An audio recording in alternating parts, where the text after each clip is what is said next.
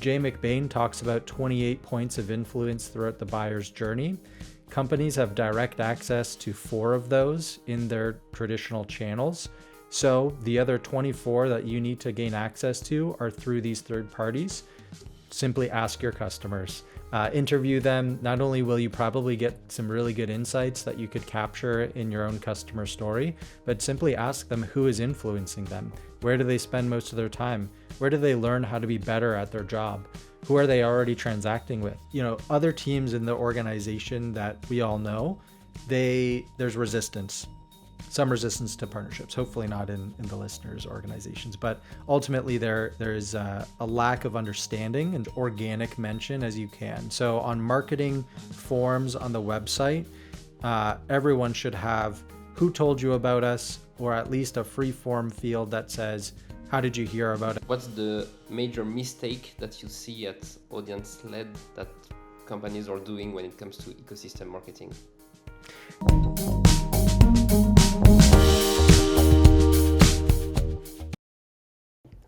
Welcome back to Alliances, the podcast where we explore how partnerships, ecosystem, and strategic alliances shape the future of go-to-market. I'm your host, Maxime, and today I'm thrilled to receive Will Taylor, someone that is redefining how we think about marketing. Will, I'm super excited to have you today. If you're tired of marketing that feels like shouting into the void, this episode is for you. Will, as I said, very excited to have you today. Welcome to the show. And first question is always the same. Can you please introduce yourself? Absolutely. Thanks for having me, Maxime. I'm excited about our chat today. My introduction is I'm Will Taylor. I have been a lover of partnerships for a very long time, most of my career. And I love it so much that I helped to start, scale, launch, and exit a media company about partnerships. And we were acquired by Reveal, worked with them for a while, partnering in the partner ecosystem. And then we were acquired by Crossbeam. And then I went out on my own, started doing consulting for partner RevOps, and quickly learned that partnerships is generally best suited for a marketing function, which might be a hot take, but we'll get into that. And now I am co-founder at AudienceLed, which is an ecosystem marketing agency where we help marketing teams go to market with their market through third-party expertise and plug into everything that they're doing today. Okay, just maybe before deep diving into your topic, Will, can you explain just a bit of what you're doing at AudienceLed and who are you helping today? Yeah, for sure. So we help Series A or higher tech companies to create better marketing assets so that it lands better with their buyers. And what better way to create good content than to include the third-party experts that your buyers already listen to? This spans across the people, the brands, and the places where your buyers spend their attention credits. And that is the influencers, the brands that they already transact with, the communities they hang out in, and of course, your customers, because your customers are the peers of your buyer. So what we do is we activate those third-party experts through marketing campaigns, everywhere from events, in-person or virtual, to video that we record and distribute on social, all the way through to ABM campaigns and, like I said, customer stories. So it truly is an integrated marketing approach that we execute for clients. They don't lift a finger. We do everything for them. We have partnerships and marketing expertise, and we do it, of course, at a really good value because we're a whole team for hire. Great. Thanks a lot, Will. So right now, I wanted, of course, to record this episode with you because I love the tagline, go to market with your market, which seems pretty basic, but at the same time, quite complex for some companies. The first topic that I wanted to discuss with you is, what's ecosystem marketing versus traditional marketing? How would you define ecosystem marketing today? I would define ecosystem marketing as marketing that starts with the buyer in mind, in the sense that they're on social media, they are in communities, they are engaging with other vendors. and they're not necessarily focusing on your company. So traditional marketing focuses on your internal company narrative, and you're trying to get that out as much as possible. But like I said, buyers are not always engaging with your company. So if you're trying to reach the 5% that know about your company, then sure, do your traditional marketing. But if you want to reach the 95% that have yet to learn about your brand, that's where you need to leverage these third party experts. And so we start with this third party expertise because we know that's where buyer engagement is before they engage with you. Jay McBain talks about 28 points of influence throughout the buyer's journey. Companies have direct access to 4 of those in their traditional channels. So the other 24 that you need to gain access to are through these third parties.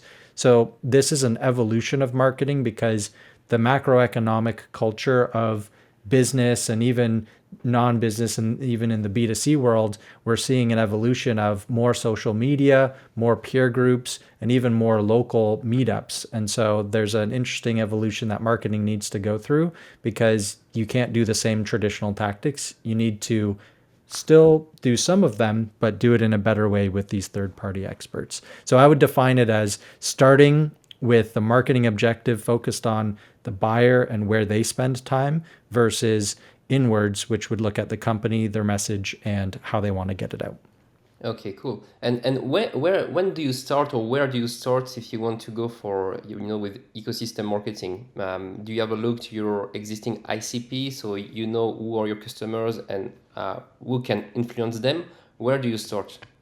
The best way is to simply ask your customers, interview them. Not only will you probably get some really good insights that you could capture in your own customer story, but simply ask them who is influencing them. Where do they spend most of their time? Where do they learn how to be better at their job? Who are they already transacting with? This will help you start to map out what the ecosystem could look like, everywhere from the complementary brands or technologies all the way through to the news outlets and influencers, because if you ask them, they're going to tell you. And who better to tell you than the person that you're trying to help and have helped bring them to the promised land? So that's the best way to start. It's free, other than the time that you spend. Show up with a bunch of questions that you have prepared. Ask multiple different customers across multiple different verticals or the one that you want to target the most, and you'll get some very robust insights. Otherwise, there are novel ways that you can do this with new technologies. You could pop in some information into GPT to say, hey, here's the role that I sell to. Here's the industry that it's in. What other technologies are they using? Who talks about the stuff that they listen to? Who are, or where are they spending their time? What communities exist? GPT will actually be able to find a good amount of information. So pair that with your customers, see where there's overlap, and then start to go to that market and try and market with those people, brands, or places that they mention. Cool. And do you think that companies are understanding that today, or they still focusing on the old model, on traditional marketing, or what do you see from your experience at AudienceLed? Yeah, it's an interesting question because we sell not just to partner folks, but we also sell to the VP of marketing. And what I'm finding is most marketing leaders are starting to think more about things like influencer marketing. And there's a wrong way to do that, which is to emulate B2C, which is focused on you pay this person to post and then you expect all the world to change. But these marketers, they're feeling the pain of SEO being harder to rank for. AI, EO, now a thing where you have to optimize your content to appear in AI. Ads more expensive because you have more competitors than ever because anyone can vibe code your tool and then rank for keywords or buy keywords. And so they're feeling this pain, so they're looking for something else. And influencer marketing is the most partnerships adjacent thing that they can think of. Now, they believe in it, they understand it, they see the path to, oh, I get more distribution and oh, the content is more powerful. However, there's still some hesitance because it's harder to track the impact and it's also just not a thing that they're used to. So there's some change management, and there's some potential uh, potential lack of evidence that they can use. However, we as partnerships and ecosystem professionals know that when you engage the ecosystem, you're going to see faster deals, more brand awareness, and really all the metrics enhanced. So they require that education. But again, they're still investing in it. And generally, how marketing budgets will work, at least the good ones, it'll be about 80% of their spend goes to what's already working, and 20% will go to tests. So if they want to test different messaging or test a different channel, they have budget for that. This is right now seen as a test, but the beauty of it is, and we implement this for clients, is it doesn't need to be this single solution outside of what the other marketing functions are doing. It can be implemented into it. And so that's where their mind really starts to expand, because it's not just this third party brand exposure play. Instead, it's, oh, it can be plugged into my ABM campaign. Oh, it can be used for customer marketing. And that's where they start to open their minds to the sense of, okay, if I'm going to do these activities anyways, why not include third party experts? That's going to give me less bias, more value, more distribution, and of course, that's going to translate to better outcomes as well. So they're starting to realize it, but it's seen as a test for now. Okay, okay. You were talking about the 28 points, and the companies only have, if I understood well, direct access to four of those. What are the, the points, and what are the more important for a company? Yeah, so the 28 points, I won't go through all of them. I highly recommend you research Jay McBain, 28 Points of Influence. He's been mapping them out specifically, but I'll give a couple of examples. So, two examples of what a company has control over are going to be pretty straightforward. It's your email newsletter list and your blog. And those are the things that really you own. No one else can really impact. And so you have direct access to pulling these different levers to make sure that, people stay on the page longer, or they open the email and click through. Two examples of unowned channels that are influencing your buyer are going to be, one is very straightforward, these third party companies, which could be your integration partner, or it could be an agency partner that is out there running their business in the wild, and they have their own channels that you don't have control over, but it's influencing the buyer because you have a shared audience and they're marketing to them. Another one is communities. So peer groups and communities. Again, you probably don't have control over them as a company, but there's an opportunity to engage them because they have their own incentives to bring value to the community. People pay attention to the community because they connect and all of that. And so they're being influenced by that community. Now, it's separate from your business, but you, of course, can collaborate with them through novel marketing campaigns or trying to do some education with them and cross pollinating your audiences. But that's another example of something you don't have control over, but is a place as a part of the journey of when I, as a buyer, go to look for information, I go here, which could be that community. Some other examples are media outlets. So if there is any media, like TechCrunch is a good broad one, where they post a lot about these different technologies and news and happenings in the space, which could include success stories of a two-person company implementing AI. And oh, by the way, it's N8N that is mentioned. And great, maybe you're N8N and it gets mentioned in this third-party outlet. That's influencing your buyers because people are going to see that and then go, oh, maybe I could implement that. So essentially, the way you can think about it outside of getting into specific examples, more than that, is what do you have control over? What is a system that your company pays for that you change the dials and pull the levers on? You have four of those generally, and the other 24 are going to be, call it out there in the wild, living in other businesses or just other groups where your buyers congregate. Super clear. On that, Will, when there is this change between traditional and, I would say, more ecosystem marketing led, who is the best person to implement the strategy? Because I think there is maybe more interaction outside of the company. Who is the best person? Should we hire someone? What's your recommendations? Yeah, that's a great call. I mean, obviously, I run an agency, so you can work with us. But I think there's a few things that I'll cover here.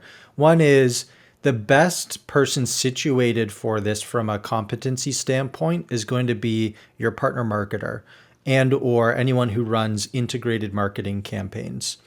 And the reason for that is because they're simply wired in the sense of I work with this external organization, which is your partner or these third party experts. However, partner teams generally don't have that much budget, so this can cost money to run marketing. Marketing has a huge budget for a reason, and that's because marketing costs a lot to do things like produce content, write it, spend time sourcing, all that kind of stuff. And so technically marketing would be the best function internally because they have the budget. However, they generally won't have the competency. So there's a misbalance here where partner marketing, they could do it if they just had the resources, but marketing has the resources and there isn't always a direct alignment. So the other answer is, of course, working with a third party organization like AudienceLed because we are a marketing team for hire. We have multiple different people who do design, video production. We do the ecosystem intelligence mapping, and we set the creative strategy for campaigns for less than the cost of a full-time hire. So we're in this age where, like I said before, marketers are thinking about it. They're trying to test it. They don't know how to really work with the partner marketing team, and partner marketing as a function is generally there's less people out there in that profession. And so that's why audience led exists, is because there's one, an opportunity for us, but two, there's clearly that need to sit between the partnerships org and the marketing org. And it's funny. I always say to especially partnerships professionals that I am effectively forcing marketing to do partnerships. And so if they can't learn it on their own, or they're too busy and so they can't spend the time to really learn it, well, if they work with us, our pitch is not, hey, it's this partnerships thing. It's more, hey, marketing is just going to get better if you have more distribution and better quality content from third party experts, and they get it. So we speak their language, and that helps the partner team because now we can say, oh, you have partners? Yeah, let's include them in this content as well. And it's a much more organic inclusion of partners in the rest of marketing. So I have this chip on my shoulder where, other teams in the organization that we all know, there's resistance, some resistance to partnerships, hopefully not in the listeners' organizations, but ultimately there is a lack of understanding. And so we come in and we effectively force the function to happen. But again, it just produces all the results that we know are true in partnerships. Yeah, I see maybe a gap, between training schools and maybe what we really see, when we are in the real world. What new skills are required from your point of view? I would say the reason that I would think that partnerships teams are well situated for this from a competency standpoint is because of the people and project management that's required. One of the most challenging things of executing on this is the fact that you're working with another person in another company. So they have different goals, they have different calendars, they have different schedules, different company cultures, and that's a lot to navigate. And so if you're a marketing professional, that just sounds like a lot of headache, and you have to relearn a bunch of new things. But for partnerships teams, you already collaborate with these third parties. You already work with their sales team and then work with their marketing team on the other side. And so from a people and project management perspective, partner teams are really well situated. But for a marketer that's trying to do this themselves, it really comes down to process. So really having a good process to make this interaction efficient, because again, you're dealing with someone else's time and of course your own time.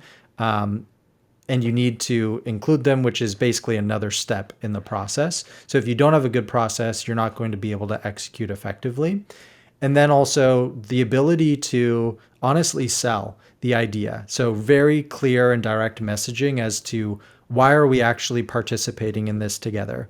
If there's no clear incentive for the other party to participate, then they won't be compelled to participate and there will be less action potential, meaning they're less likely to do the things that they need to do.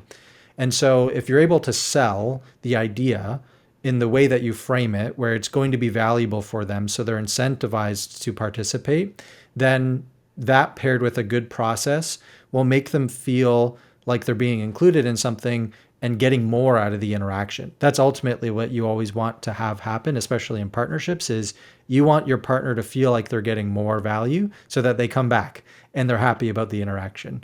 So those are the two core competencies that would need to be built is how do you sell the program and the message and the reason why the third party participates and the people and project management of that to really make sure that it's efficient. Because again, if you're a marketer and you're doing the things that you do and then you go, now I have to add another person in, that's where the complexity starts. But if you have those skills, then you'll be perfect to execute on it. So partner people are really well situated in that regard. Super interesting. On the metrics wheel, do you see a change, between traditional marketing and ecosystem ones? What do you measure, at AudienceLed as an example? What's your recommendation? So I always go back to the core revenue metrics and never diverging from those. And what I mean by that is a really good model to look at is revenue architecture by Winning by Design. They have the buyer's journey spread out across building awareness, building education, having a purchase made, and then the other side of customer success and expansion. And each stage has its own volume metric, conversion metric, and velocity metric. So how many, how often do they convert, and how fast do they convert? So three core metrics across each stage. And ultimately, this kind of marketing can be applied to really any stage of the buyer's journey. So if we look at awareness, building awareness, then we're going to look at volume metrics that are clicks or website visits and really those top of funnel type metrics. And then, of course, when we're leveraging, let's say, this third party expertise, it could be through a UTM or an affiliate link that we could track those things as well. And in that journey, if we're able to track what next action they take, we'll then look at the conversion of from a website visit, do they become a lead? Do they try and book a demo? Do they download any resources? That's where, for awareness, we could look at those types of metrics. So ultimately, it's nothing different from what the marketing team is already looking at. But now we just have a very strong A/B comparison where we can compare with third-party experts versus without. And this also allows us to plug into the systems that they already use. So if I am to get a little passionate here, this is one of my biggest gripes with the partnerships community was we were operating in a silo. We had our own technology, we had our own metrics, and we wanted the other teams to believe in partnerships and integrate partnerships. And so my thesis here is, well, if we don't have to have our own systems, if we don't have to have our own initiatives, if we don't have to have our own metrics, and instead we just plug into what already exists and what the team already cares about, that's how we're truly going to incentivize them, because we're going to say, hey, look, when you do it with us, here's what happens versus without. So that ethos is applied here. And again, this can span across effectively the entire buyer's journey, including education, which call it is the middle of the funnel, where demand generation or demand capture is starting to happen. And then all the way to the other side, where you want to build more awareness or advocacy with your customers, while customer marketing makes a lot of sense to include them in the content that you create. But also, if you have a joint partner customer, then make a story about it as well. And then you can use that to market to your customers even further. So that's where it becomes a customer marketing function, where you'd look at, your retention, the lifetime value of clients, and so on. So for specifics, I would say, to simplify, whatever a business is focused on for the next quarter or the next half or the next year, whatever slice of the buyer's journey they want to focus on, that's where partner professionals can focus. Okay, our company cares about education or awareness. Great. Well, how do they track that? Well, they measure it with the certain metrics. Then that's how you can speak to them and say, we're going to run this campaign with these third parties or these partners, and this is what it's going to impact. And again, I highly recommend people look at revenue architecture, winning by design. You can find a bunch of free stuff online about that. Great. And when it comes to influence, we know that sometimes it's not easy to measure everything. Some companies have very powerful brands, but at the same time, we cannot measure all the actions. By implementing this system, I think you might not measure everything because it's hard and sometimes maybe not useful to measure all the actions. Uh, how can we maybe track something or measure the impact of all actions, Will? There's three primary ways, and then another one that I'll reference depending on the tech stack that people have. So the first one is track as much organic mention as you can. So on marketing forms on the website, everyone should have who told you about us, or at least a free form field that says, how did you hear about us? I like saying who because who implies a person, and you can backtrack, John Smith. Oh, we know John Smith. He works at this partner company. Whereas how assumes a medium or, like the actual task. Oh, I Googled it. So I like who and make it free form. Don't have any drop downs. You'll capture a lot of really interesting information there that could be partners that you don't know about. Or of course, if you ran a campaign with, let's say, some influencers, well, now they can be referenced in the organic capture. Outside of that, you should be asking on every sales call or every customer onboarding call, who told you about us? Same thing, because they will tell you. And it might even be different from what they put in the form as well. So that's why it's really important to ask the question. And, I started by saying the best way to learn about your ecosystem is to ask your customers who they listen to. You will not have to do that if you're asking them up front. And again, you can tie that back to campaigns because you can know, okay, we worked with this third party at this time, so it was part of this campaign, and that's where you can attribute better. With AI, that makes it even easier because you can weed through your call transcripts, you can search, so it makes it a lot easier, again, as so long as you're asking that specific question. The third way is a little bit more of like a correlate analysis. So it's a little bit more advanced, but in general, the timeline for a brand activation to have impact on marketing can span anywhere from 90 days after the campaign upwards of hundreds of days, because you can't really track what goes on in people's minds, but it still has an influence. Branded campaigns, even if they don't click anything, still influences those buyers. And so what I've seen very smart marketers do is they'll take a look at, okay, we ran this type of campaign across this time, January to July. Great. Well, let's take a look at the trailing impact of our overall marketing metrics, which could be, again, the website visits, the conversion to a lead, etc. What happens further down the line? Sure, it could be an ad that influences them, but it could also have been that brand awareness campaign. And so essentially what these smart marketers are doing for this correlate analysis is taking essentially a specific time delay after they run the campaign to see what kind of lift happens in all the other metrics that they can't directly attribute to other factors. So if your sales team does outreach and they clicked through an email and you have that attributed, obviously that impacted them. But compare that to when you didn't run the brand campaign.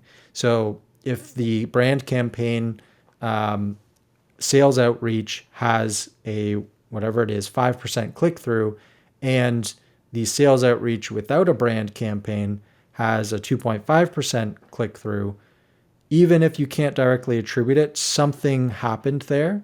And there's a bunch of different factors, but that's where you can get closer to saying this worked and we should invest again in it.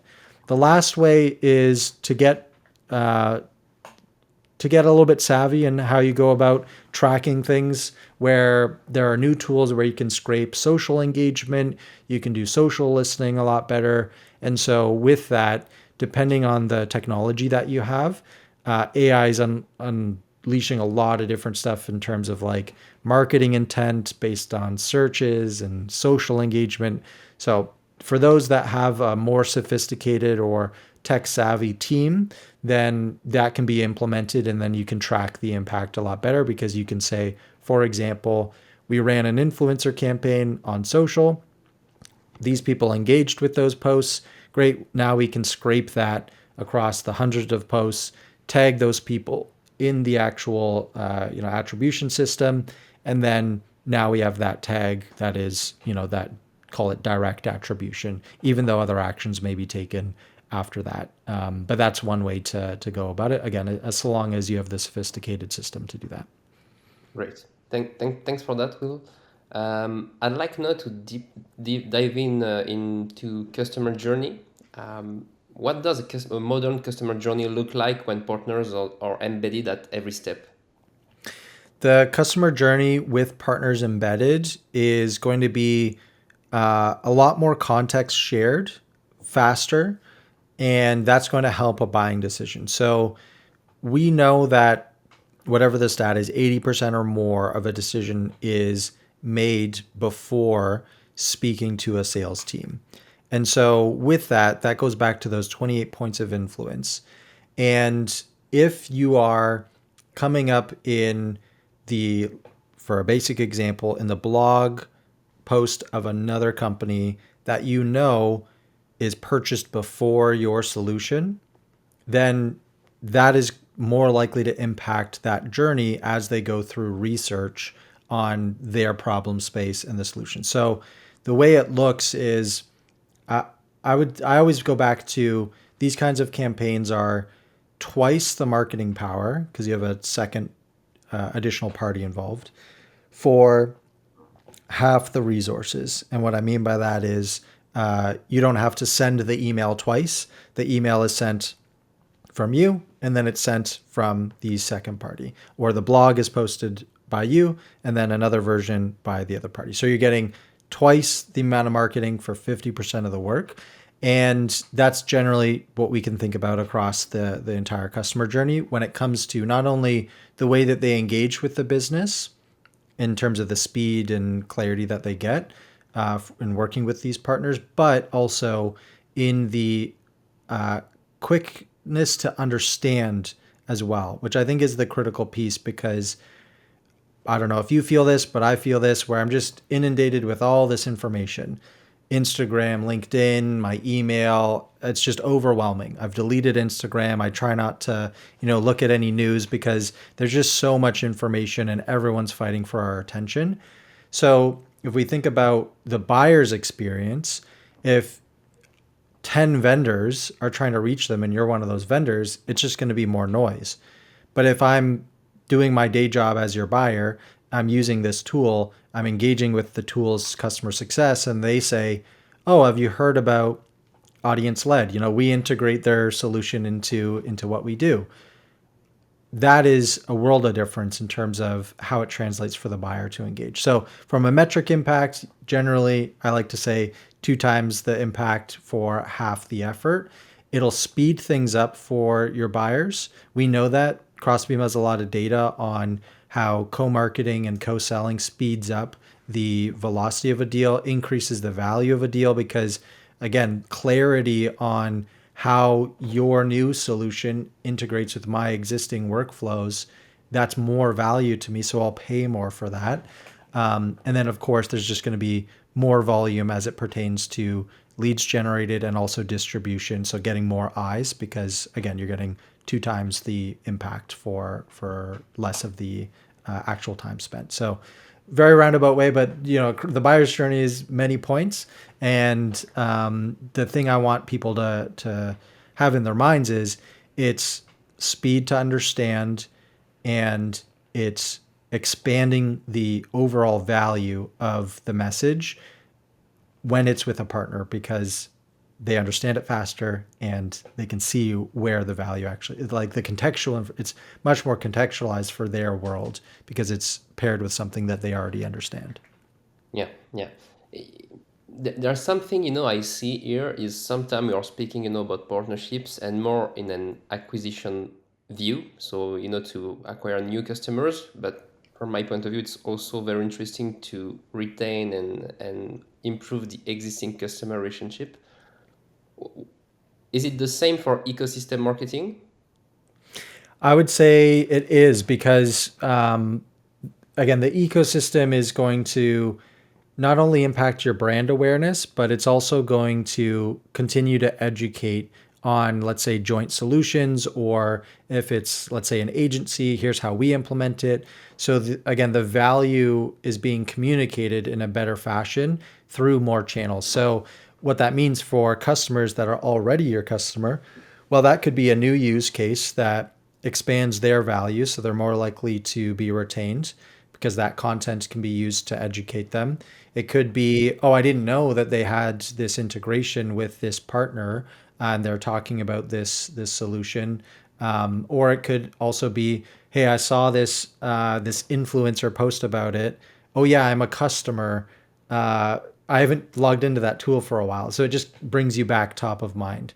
So not only from a high level can it impact the customer, especially from the education standpoint and expanding the value that they realize, but it could also be the differentiator of whether or not they click integrate with the other solution that you collaborate with. And ecosystem marketing is obviously very broad, but it does go down to like partner marketing and co-marketing, because you know the best place to focus efforts, in my opinion, for partnerships is, yeah, it's great for net new acquisition, and that's what a lot of companies want. And we should, honor the fact that they need that.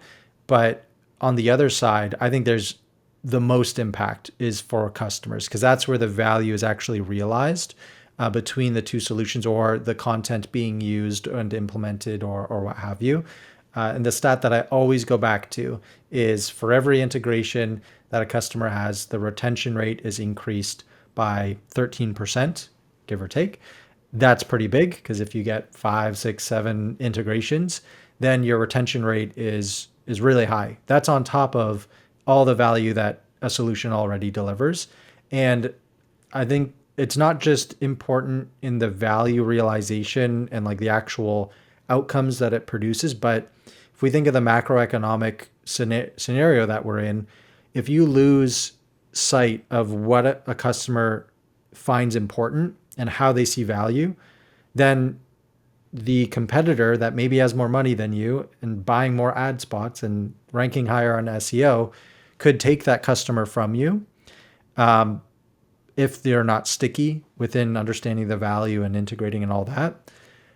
And NRR, or net retained revenue, is becoming an increasingly important metric within an organization, because acquisition is only going to get harder. So how do you stay afloat as a business? Well, you better retain your existing clients, and the best place to sell is to existing clients as well, because they already know the value. So if you're upselling them into another module, then that's going to be your highest growth channel potential, plus sustainable channel as well.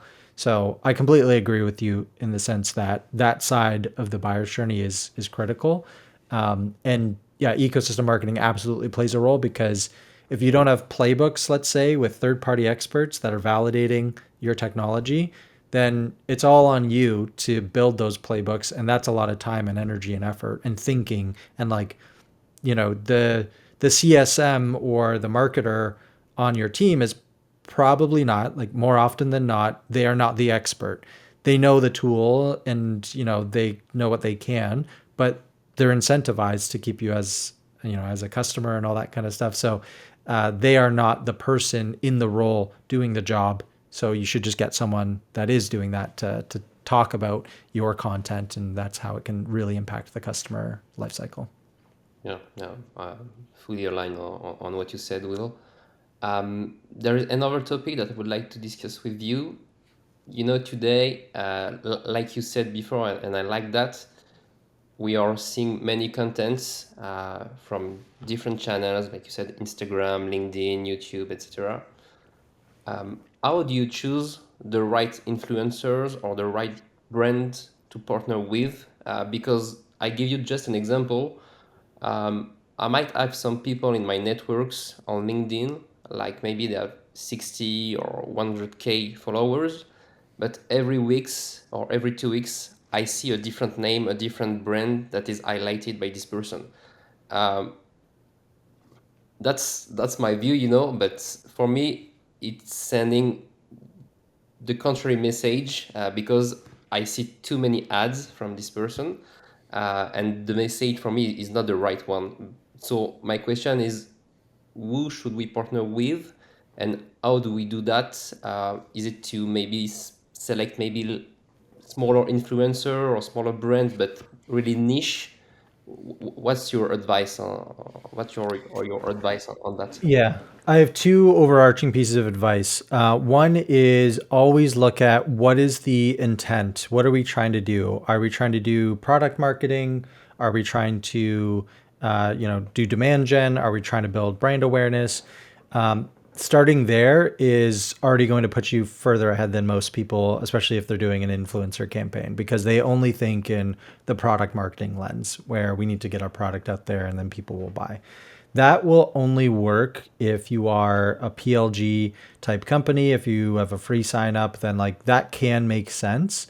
However, nobody makes a $10,000, $15,000, $20,000 purchasing decision off of one post. And so expecting results from that is just going to not be great for you and not be great for the influencer. And so the best way to so that was, what are you trying to do? The other one is who are you trying to reach? Because the best influencer to work with is your customer. And you may find in your customer base that there is someone who maybe creates content, maybe they have a newsletter. You never know that until you do that research on those different customers that you have.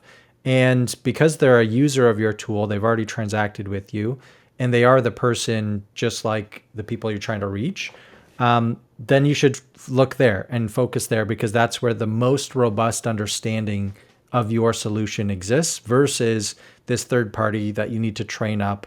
And yeah, maybe they have 100,000 followers, but it's like, do they really understand the problem space? Maybe they do, but if they're not a user like your client, then it's not going to land as well. And so if you do that, that's going to make your customer feel good. It's going to put them on a pedestal. Maybe you pay them. Maybe you just collaborate with them. Maybe they're just happy to post about it. You never know until you do that research. But let's say, okay, I know why we're doing this in terms of what function we're trying to impact as a marketing program. And I already looked at my customers and, maybe we're good there. We really want to work with these third party experts. There's two things that I would do. One is actually take a look at who is engaging with their content and identify if that is your ICP. We have a tool that we use that's been built for us that essentially looks at who's engaging with a piece of content, and then it analyzes what percentage is, C-suite, VP, senior, director, etc., and it'll give an actual breakdown of who is engaging and also the topic that they talk about. So if they flip flop between a bunch of different solutions, they may be talking about different topics related to those solutions. And so if it's not the same topic over and over again, then that means the audience won't be interested in the same thing over and over again because maybe it's bits and pieces of their audience. But on the contrary, if you have a 10,000 follower person and they have, director level up engaging with their content, and it's the topic that you specifically solve for, then that person's probably a perfect influencer that you can work with.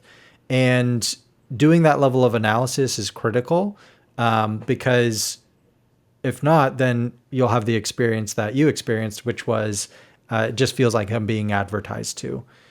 So that's point number one, is really look at the audience that they have. And there are some tools out there that you can use, or of course you can work with us and we'll develop a actual map of the people, brands, and places that you could work with. The other thing would be, try not to make it a lightning strike moment. And what I mean by that is, if you just do a one-off post and expect, so many leads to come from that post, again, maybe if you're a PLG type company that could work, but more often than not, you're not a PLG company, or you don't have a free sign up that can have happened because of seeing the post. And so look to make a multi-post campaign. 3 months, 6 months. Don't just do one post, do multiple posts. And again, align it to a narrative. Maybe you're doing a launch. Maybe you did a rebrand. Maybe you're changing your messaging because you're targeting a new ICP. Bring those third parties in as part of the launch campaign. That's not just going to be the one day, the one post. Maybe it's 3 months, 6 months, and so on. Now, the other benefit to that is you get to influence that person more through these 3 months. So maybe the first post is only okay, but the last post in that 3 month campaign is going to be a lot better, because they're going to have repetition of talking about your company narrative and what you solve for. And you're going to get exposure to how they write more and more and really be able to capture their voice. That's if you're doing it on your own. The best way, of course, to do it is to just interview these people and literally get them to talk their expertise, and just make sure that anything you prompt them with is related to what they talk about.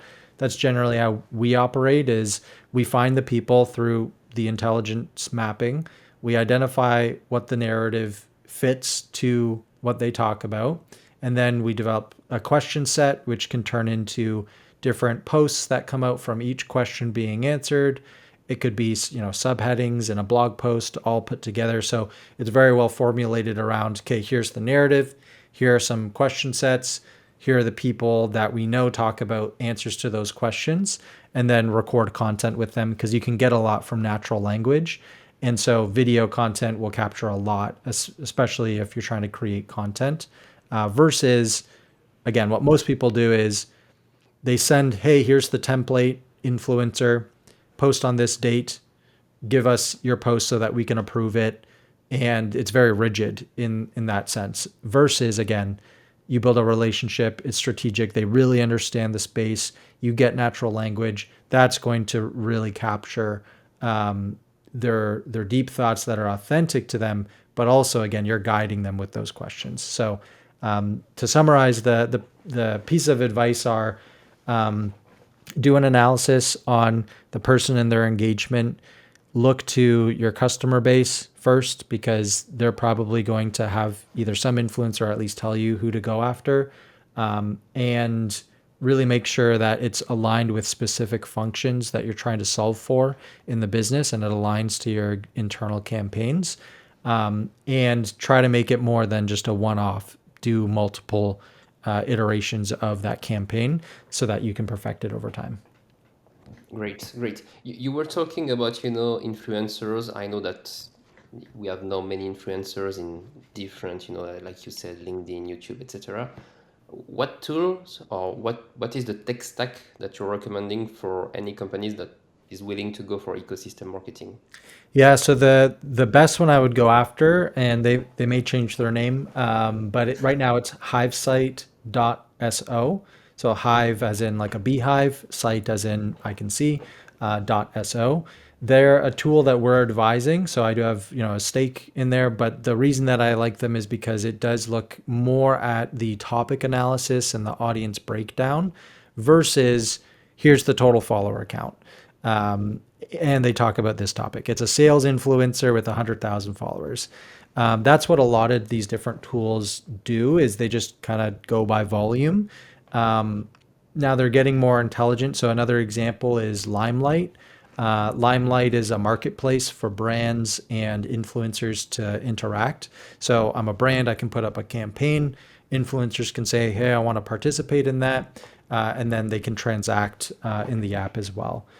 And so that's another tool. I don't advise them, and they're different from HiveSite. HiveSite's more of like this, call it like a data tool. It's intelligence mapping. And then Limelight's more of like the place that you can transact and like more so put a project together. Outside of that, there are other tools like Favicon is one that does influencer lists, and they have their own tool. However, I would just be cautious because they'll do like ranking lists, and it's not terribly clear how they identify quality. You'll get a good sense of like what's the initial list that I could go after.